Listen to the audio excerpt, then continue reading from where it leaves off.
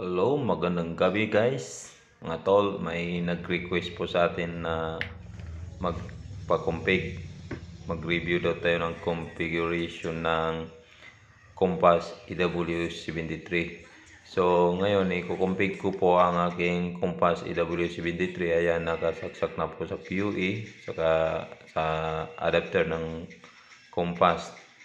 So, ipapakita ko po sa inyo kung paano mag-config ng uh, Compass EW73.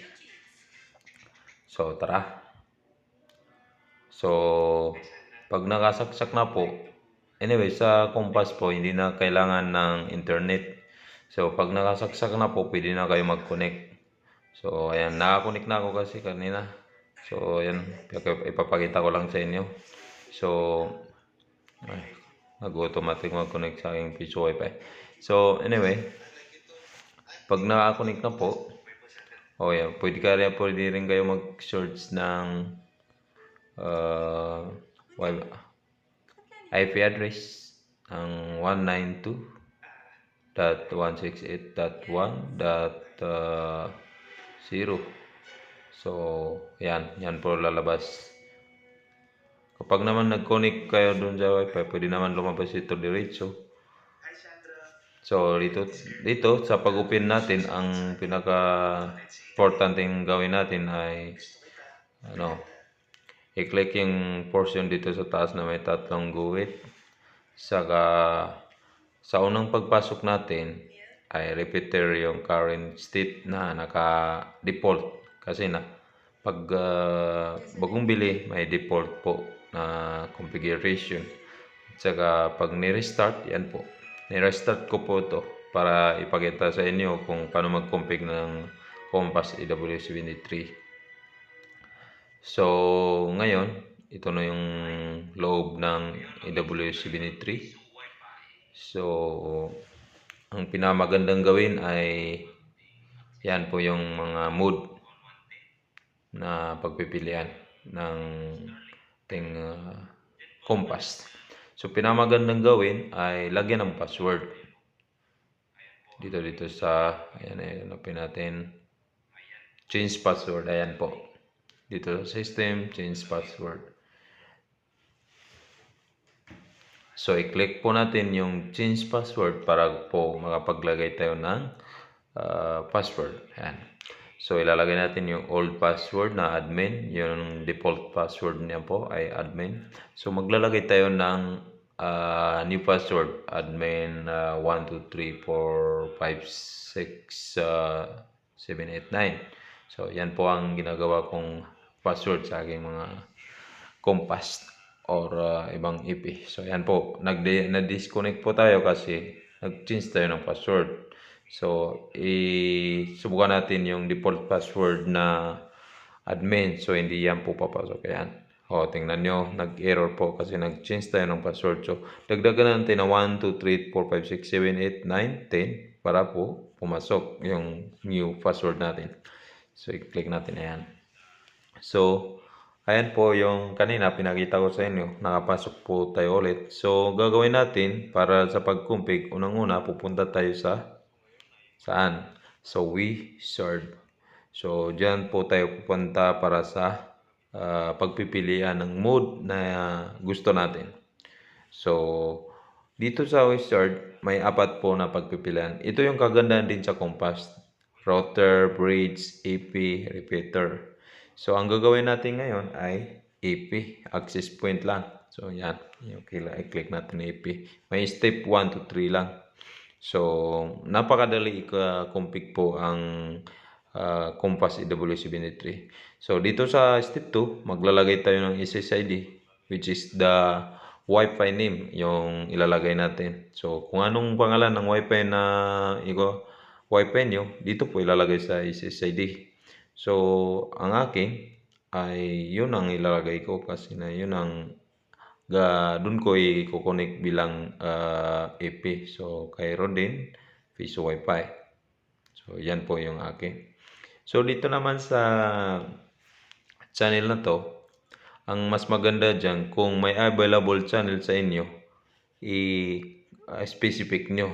wag i-auto kasi kapag i-auto, automatic magpalipat-lipat po yan.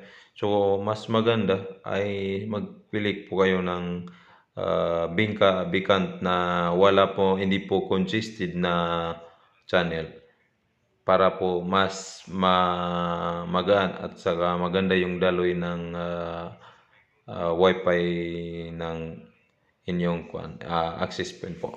So, ipapakita ko sa inyo yung wifi master ko ng analyzer ko.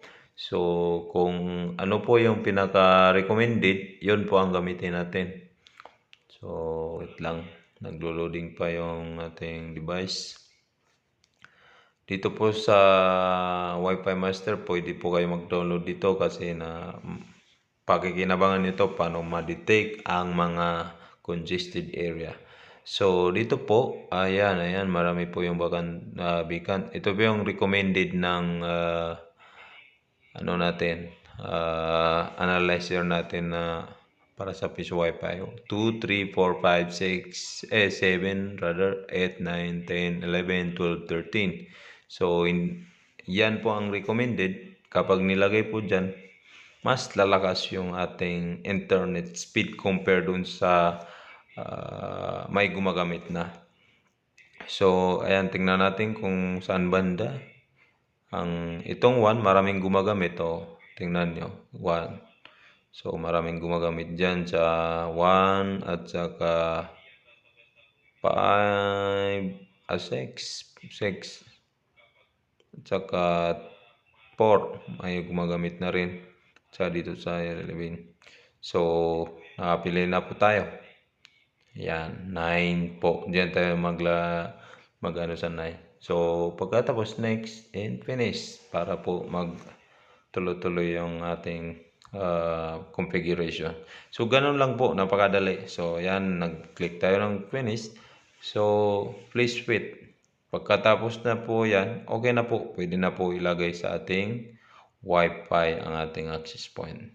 So, ganun lang po kadali config ng ating access point sa Compass. So, di ba? Napakadali. 1, 2, 3 step lang po.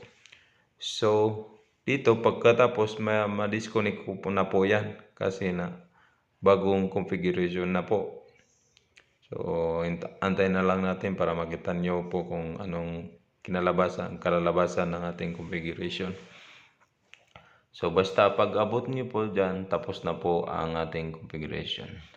Pwede na po isaksak sa ating Wi-Fi window. Mag-refresh tayo.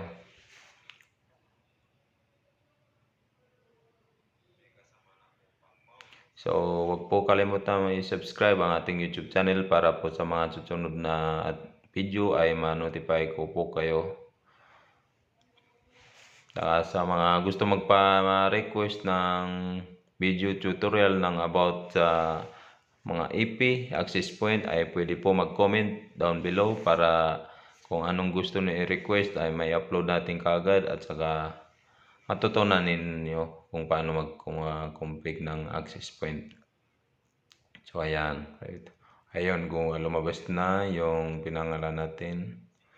Yan po yung kay Rodin Piso Wi-Fi 2G at saka 5G. Itong sa baba, yan po yung ni-config natin. Wala po kasi nakalagay na 2G at saka 5G. Automatic na 2G po yan kasi na AWS 73 po. So, hanggang dito na lang po. Maraming salamat po sa panonood.